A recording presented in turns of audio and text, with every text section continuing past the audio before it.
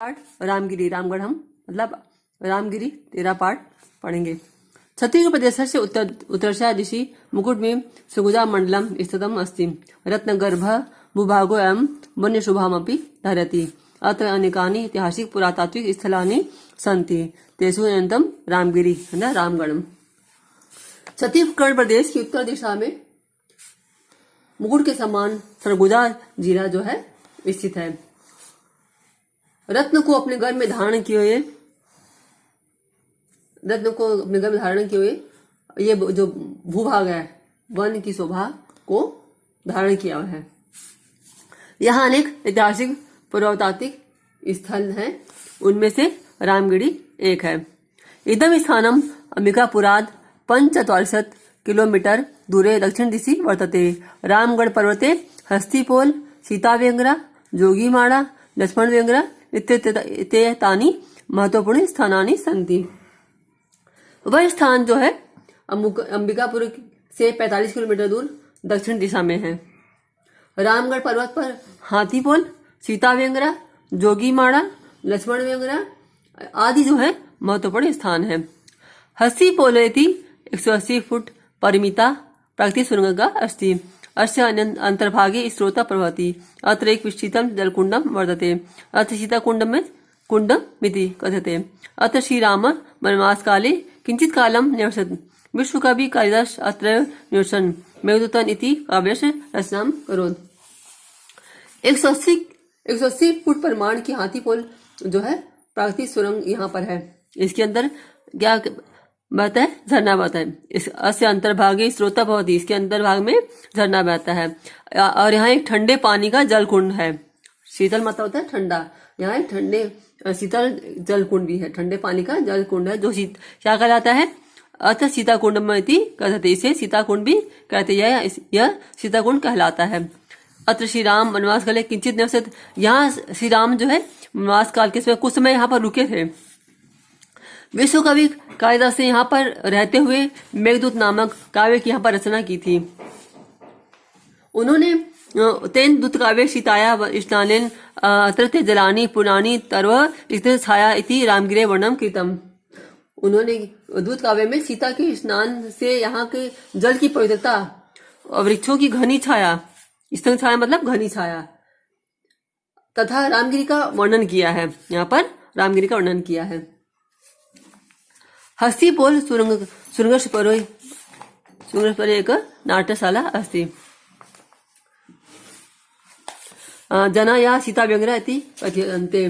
जना एता सीताव्यंग्रा इति कथ्यन्ते। हस्तिपोल सुरंग के ऊपर एक नाट्यशाला है जिसको लोग क्या कहते हैं? सीताव्यंग्रा कहते हैं। पुरातत्वविद विस्तृतामंगरा गुहाम ख्रीष्टाब्दात् द्वितीया च शताब्दी पूर्व प्राचीनतमा नाट्यशाला इति मन्यते। पुरातत्व के ज्ञाता जो है सीताव्यंग्रा गुफा को दूसरे अतिशय ईस्वी शताब्दी के पूर्व प्राचीन नाट्यशाला मानते हैं। तृतीया या द्वितीया मतलब दूसरे तीसरे शताब्दी के पूर्व प्राचीन नाट्यशाला मानते हैं। यह नाट्यशाला वेदशिलाम कर्तव्यत्या निर्मिता। यह जो नाट्यशाला है बड़ी चट्टानों को काट कर बनाया गया है। कर्तृत्व मतलब काट कर। यह जो नाट्यशाला है बड़े बड़े पृथ्वी शिला मतलब बड़ी चट्टानों को काट कर बनाया गया है।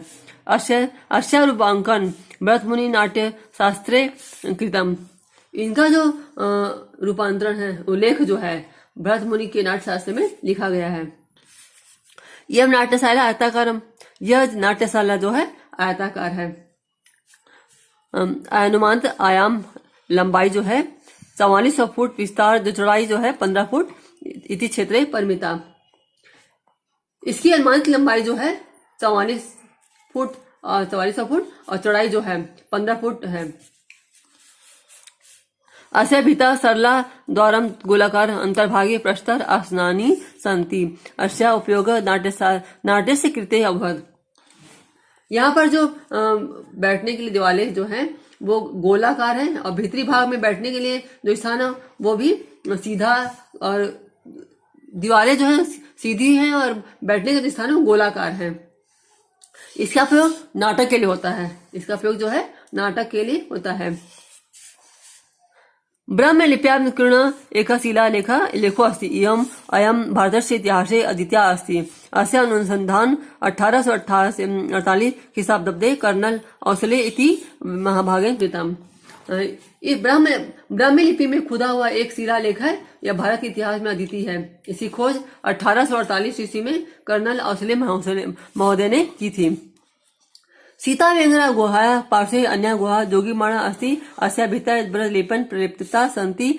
छदि भित्तिषु च पत्र पुष्प पशुपक्षी नर नारी देवदानम योद्ध हस्तिनाम चित्राणि सन्ति। एषा भित्तिचित्राणां विशिष्टं महत्त्वम् अस्ति। भित्तिचित्राणां प्रकाशम् 1904 ईस्वी डॉक्टर ब्लांस भारतीय चित्रकलाया विज्ञ आर्य अग्रवाल महाभाग च अनुकृताम्। सीतावेङ्गना गुफा के बगल में एक गुफा जो है अन्य जोगीमाणा गुफा है। इसकी जो दीवार है ब्रजलेप से बनी हुई है।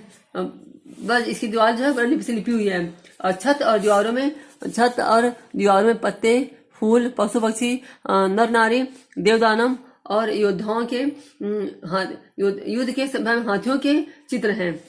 इन दीवालों का जो चित्रों का विशिष्ट महत्व है। दीवार के चित्र का प्रकाशन किसने किया था? तो इसमें 1904 ईस्वी में डॉक्टर ब्लास और भारतीय चित्रकला के जानकार आर्य अग्रवाल महोदय ने किया था। अस्य पाली भाषा एक शिलालेख उत्कीर्ण।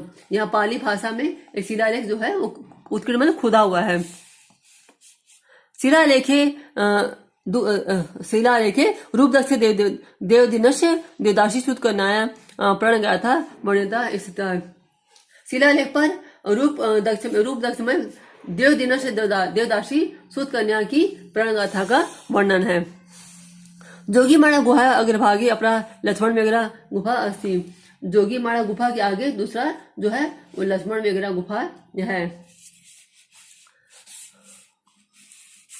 पर्वत से ऊपर एक सिंह द्वार अस्ति। पर्वत के ऊपर एक सिंह द्वार भी है। द्वार से पश्चात विधाकारो अस्ति। तत्र मूर्ति मंदिर तंडांग वशेषा प्रयामंती अतम इदम क्षेत्रम पुरा दुर्गम आसीत। यहाँ पर पर्वत के ऊपर सिंह द्वार है। द्वार की पत्थर का आकार जो बड़ा है, वहाँ मूर्ति मंदिर तालाब के अवशेष प्रमाणित करते हैं कि यह क्षेत्र जो है प्राचीन काल में क्या था, एक किला था। रामगिरी वन दिव्या ललित रामगिरी देवन दिव्या ललित पुरेतिहासस्य संघाता संस्कृत भाषा स्वर्णिम काल निष्ठा अस्ति। अत्र आषाढ़ मासस्य प्रथम दिवसे छत्तीसगढ़ संस्कृत अकादम्या गरिमामय सांस्कृतिक कार्यक्रम विचारगोष्ठी च आयोज्यते। आयोजने संस्कृत भाषायां विद्वांस इतिहासविद पुरातत्वविद जनान् उद्भवन्ति तर्कयन्ति विचारयन्ति अन्योन्यम् अत रामगिरी रामगिरी पर्वत जो है वन देवी का और ललितपुर के इतिहास का ललितपुर इतिहास का तथा संस्कृत भाषा का स्वर्णिम काल निष्ठा है। यहाँ पर आषाढ़ महीने के पहले दिन में ही संस्कृत अकादमी का गरिमामय सांस्कृतिक कार्यक्रम और विचार गोष्ठी का आयोजन होता है। इस आयोजन में संस्कृत के विद्वान जो है इतिहास वेता जो है और पुरातत्व की ज्ञाता है लोगों को संबोधित करते हैं। विचार विमर्श होता है। इस प्रकार रामगिरी जो है अद्भुत है।